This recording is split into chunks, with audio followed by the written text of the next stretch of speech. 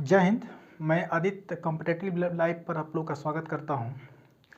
और आज हम लोग एक नए टॉपिक के बारे में डिस्कस करेंगे जो कि ज्योग्राफी से आता है, चक्रवात। जनरली ये आपका वर्ल्ड ज्योग्राफी का टॉपिक है। चक्रवात होता क्या है? आप लोग देखे होंगे गांव वगैरह में अक्सर जो है कहा जाता है कि बवंडर आया हुआ है, यानी कि हवा जो है, कहें अगर हम ऐसे यहाँ पर समझाएं तो, कि ऐसे गोल गोल घूम रहा है। तो इसका भी तात्पर्य इसी सेंस से है। जैसा कि अगर इसको सामान्य अर्थ में इसका डिफिनीशन अगर हम लें, समझने का प्रयास करें, तो हम कह सकते हैं कि हवा जो है एक ऐसा रूप होता है जो गोलाकार रूप में चल करके और चक्रवात का निर्माण करता है। तो अगर इसको हम डिफिनेशन को समझें तो दो टर्म आया हुआ है, एक है लो प्रेशर और एक है हाई प्रेशर। ये दोनों होता क्या है पहले इसको समझ लें। तो इसको आप लोग समझने का प्रयास कीजिएगा। यहाँ पर समझा रहे हैं कि जो हवा होता है वो हमेशा हाई प्रेशर से लो प्रेशर की तरफ चलता है।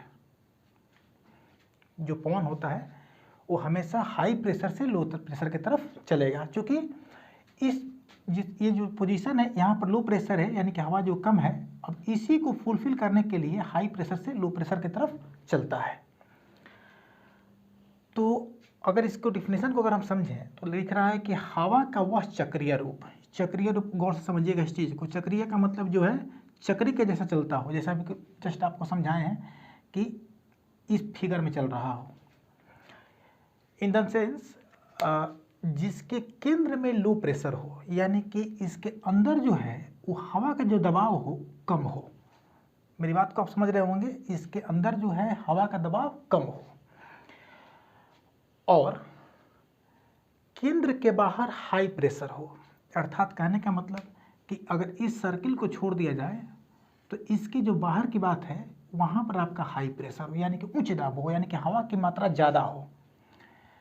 तो जाहिर सी बात है कि जहाँ पे हवा की मात्रा ज़्यादा है और जहाँ पे हवा की मात्रा कम है, तो हवा की मात्रा ज़्यादा से हवा की मात्रा कम की तरफ हवाएं चलना शुरू करेंगी।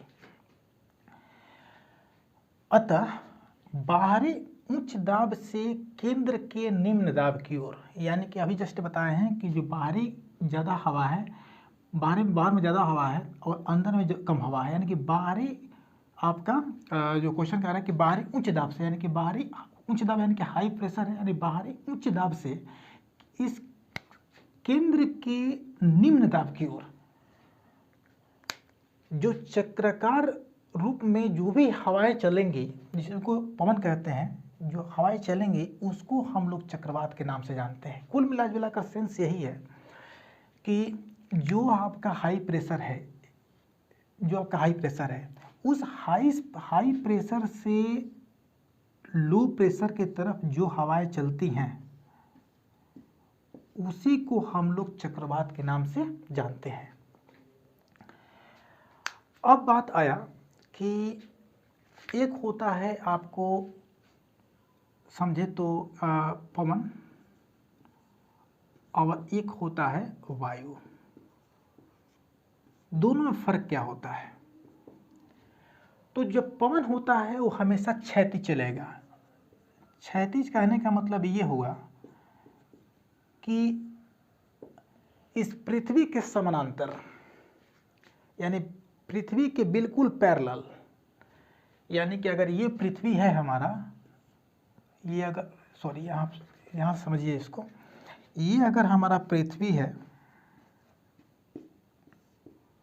ये पृथ्वी अगर है हमारा, तो जो पवन होगा वो बिल्कुल इसके पैरेलल चलेगा। आप लोग मैथमेटिक्स से पढ़े होंगे, पैरेलल यानी समानांतर रेखाएं, ये आपका पवन होगा, ठीक।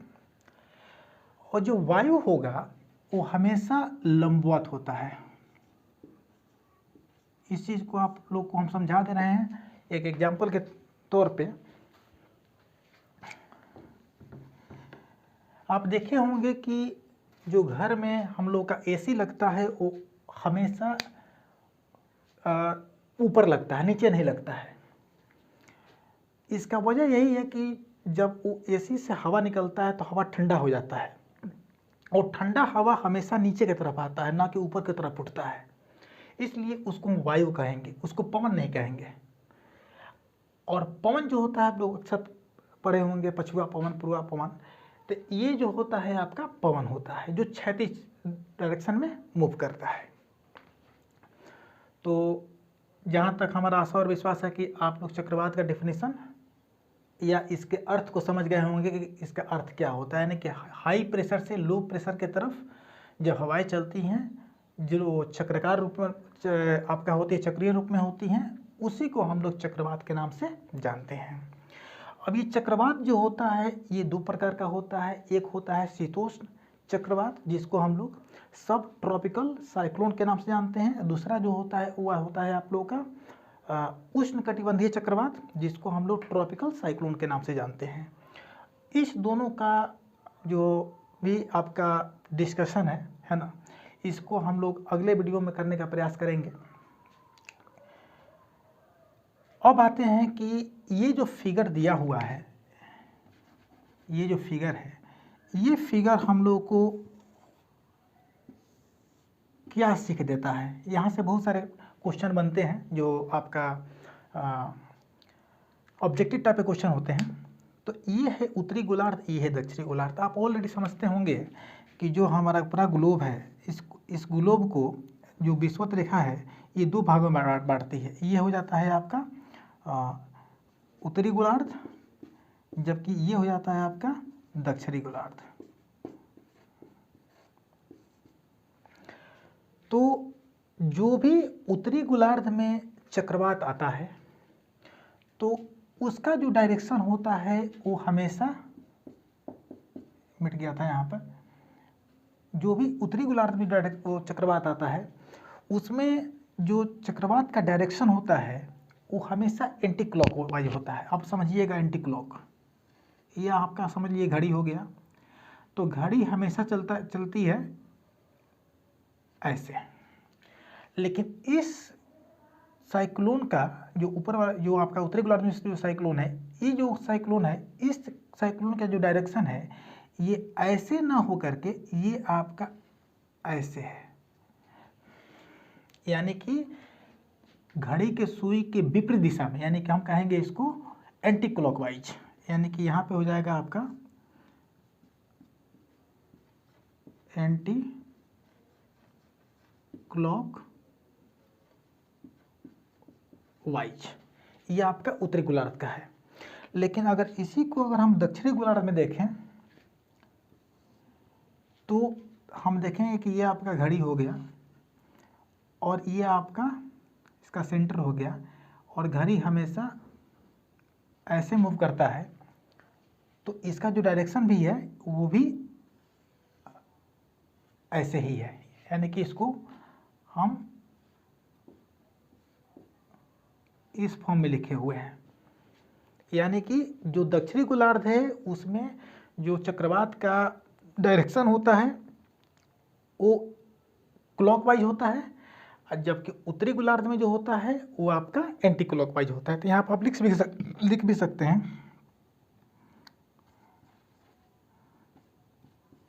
क्लॉक वाइज, डायरेक्शन लिख सकते हैं।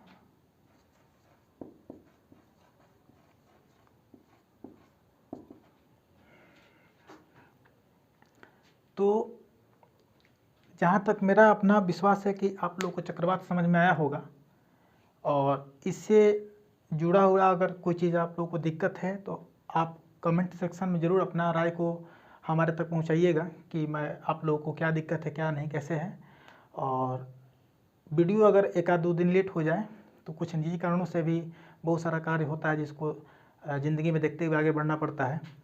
तो एक आध दिन के अंतराल पर भी आए तो वीडियो, तो ये मत सोचिए कि वीडियो नहीं आएगा, ऐसा नहीं है।